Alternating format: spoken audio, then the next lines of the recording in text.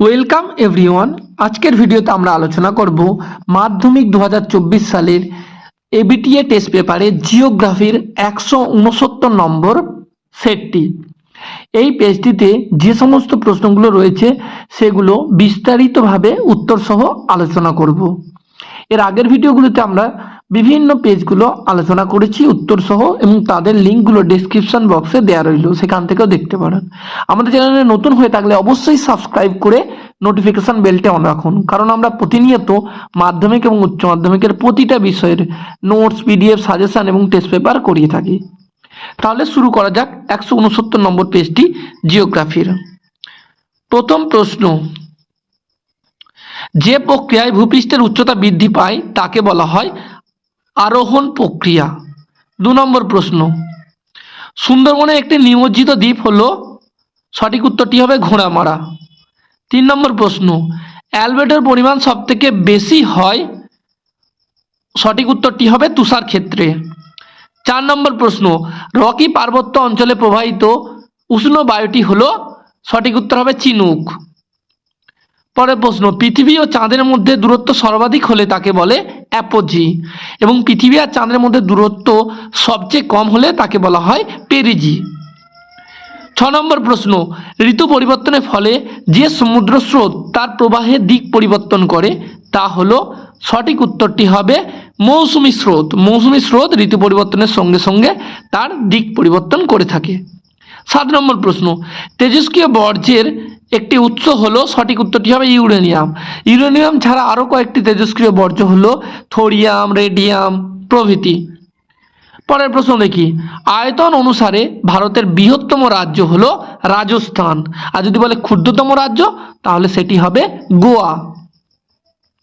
9 নম্বর প্রশ্ন দেখি, শিবালিক হিমালয়ের পাদদেশীয় অঞ্চলে ক্ষুদ্র ক্ষুদ্র শিলাখণ্ড সঞ্চিত হয়ে যে সমভূমি গঠিত হয়েছে তাকে বলা হয় ভাবর। ভাবর বলা হয়। এই প্রশ্নটা টেস্ট পেপারে বিভিন্ন পেজে বারবার রিপিট হচ্ছে। এটি খুবই গুরুত্বপূর্ণ, মাধ্যমিক 2024 সালে এই প্রশ্নটি আসতে পারে। 10 নম্বর প্রশ্ন, অম্লবৃষ্টি সংঘটিত হয়, সঠিক উত্তরটি হবে গ্রীষ্মকালে। গ্রীষ্মকালে দক্ষিণ ভারতে যে বৃষ্টিপাত হয় সেটাকে বলা হচ্ছে অম্লবৃষ্টি বলে। পরের প্রশ্ন দেখি আমরা। পরের প্রশ্ন বলেছে, তৃষ্ণার্ত ফসল কাকে বলা হয়? তৃষ্ণার্ত ফসল বলা হয় ধানকে, কারণ ধান চাষের জন্য প্রচুর পরিমাণে জলের প্রয়োজন হয়, তাই ধানকে তৃষ্ণার্ত ফসল বলা হয়। পরের প্রশ্ন দেখি আমরা। শিকল আলগা শিল্প নামে পরিচিত কোন শিল্প? শিকল আলগা শিল্প নামে পরিচিত কার্পাস বস্ত্র বয়ন শিল্প, কারণ কার্পাস বস্ত্র বয়ন শিল্প যে কোনো স্থানে তৈরি করা সম্ভব, তাই একে বলা হয় শিকল আলগা শিল্প।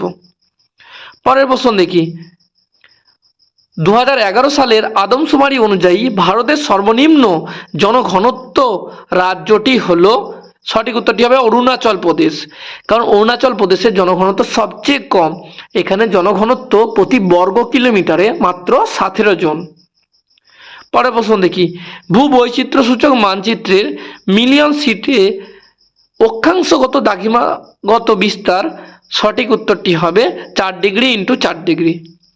খ বিভাগের প্রশ্নগুলো দেখি। খ বিভাগে বলেছে শুদ্ধ অশুদ্ধ নির্ণয় করতে, সঠিক হলে শুদ্ধ লিখতে হবে আর ভুল হলে অশুদ্ধ লিখতে হবে।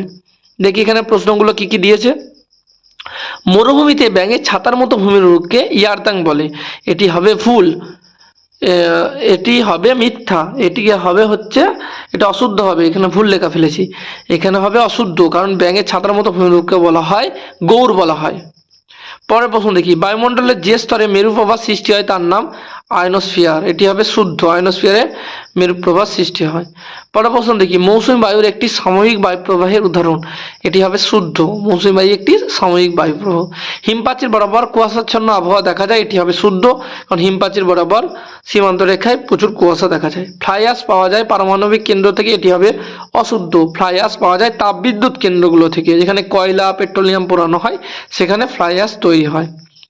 পরের প্রশ্ন দেখি, কৃষ্ণ মৃত্তিকা গম চাষের আদর্শ, এটি হবে অশুদ্ধ, কারণ কৃষ্ণ মৃত্তিকায় গম নয় কার্পাস চাষ হয়, কার্পাস চাষের জন্য আদর্শ। পরের প্রশ্ন দেখি, মহাকাশে কৃত্রিম উপগ্রহ যেখান থেকে উৎক্ষেপণ করা হয় তাকে বলা হয় প্ল্যাটফর্ম, এটি হবে শুদ্ধ।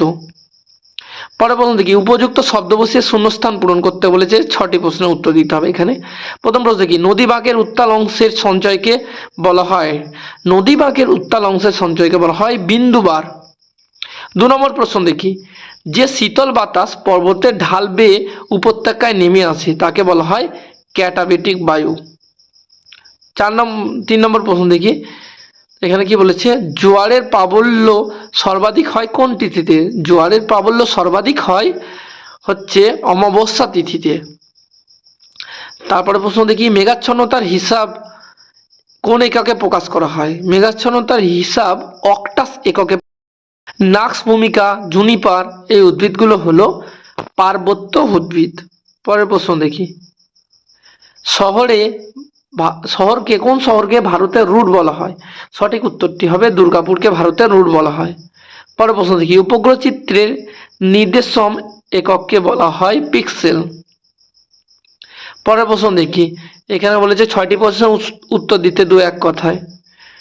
সাহারার 2টি শিব বালিয়ারি মধ্যবর্তী অংশকে কি বলা হয়? সঠিক উত্তরটি হবে গাসি বলে। পরের প্রশ্ন দেখি কোন স্তরকে পৃথিবীর ছাতা বলা হয়? ওজোন স্তরকে পৃথিবীর ছাতা বলা হয়, কারণ ছাতা যেমন আমাদের জলের হাত থেকে রক্ষা করে, সেমন ওজোন স্তর সূর্যের অতি বেগুনি রশ্মি যা আসে, যেটি আমাদের শরীরের পক্ষে খুবই ক্ষতিকারক, জীবজগতের জন্য বিনাশের কারণ, সেই ক্ষতিকারক অতি বেগুনি রশ্মিকে শোষণ করে নেয়, তাই একে বলা হয় পৃথিবীর ছাতা বা সৌর পর্দা বলে। পরের প্রশ্ন সমুদ্রের মধ্যভাগে সৃষ্ট স্রোতবিহীন জলাবর্ত কি নামে পরিচিত? সঠিক উত্তরটি হবে জায়র বা গায়ন নামে পরিচিত। পরের প্রশ্ন দেখি আর্সেনিক দূষণের প্রভাবে কি রোগের সৃষ্টি হয়? আর্সেনিক দূষণের প্রভাবে ব্ল্যাকফুট, আর্সিনোকোসিস এই 2টি রোগের সৃষ্টি হয়। পরের প্রশ্ন কোন নদীর ওপর ভাগনা নাঙ্গাল বাঁধ দেওয়া হয়েছে? সঠিক উত্তরটি হবে শতদ্রু নদীর ওপর ভাগনা নাঙ্গাল বাঁধ দেওয়া হয়েছে। পরের প্রশ্ন দেখি কোন কোন মাটিতে কফি চাষ ভালো হয়? সঠিক উত্তরটি হবে মৃদু আম্লিক পটাশ ও হিউমাস সমৃদ্ধ উর্বর মাটিতে প্রচুর পরিমাণে কফি চাষ হয়। পরের প্রশ্ন দেখি কোন বন্দরকে আরব সাগরের রানী বা কুইন অফ অ্যারাবিয়ান সি বলা হয়? সঠিক উত্তরটি হবে কোচিন বন্দরকে। পরের প্রশ্ন দেখি তপসিটে অনিত্যবাহু নদীগুলিকে কি রঙে দেখানো হয়? সঠিক উত্তরটি হবে কালো রঙের দেখানো হয়। এবার আমরা দেখে নেব বাম দিক এবং ডান দিকের মধ্যে মিল। প্রথম প্রশ্ন মিথেন, মিথেনের সাথে হবে 3 নম্বর গ্রিন হাউস গ্যাস, মিথেন একটি গ্রিন হাউস গ্যাস। 2 নম্বর রয়েছে পিঙ্ক বোল ওয়ার্ম, এই পিঙ্ক বোল ওয়ার্মটা হচ্ছে কার্পাস বা তুলো চাষের সাথে যুক্ত। 3 নম্বর রয়েছে মুম্বাই, মুম্বাই হবে একের সাথে ভারতের অর্থনৈতিক রাজধানী। 4 নম্বর রয়েছে সোনালী চতুর্ভুজ, এটি হবে সড়ক পথ।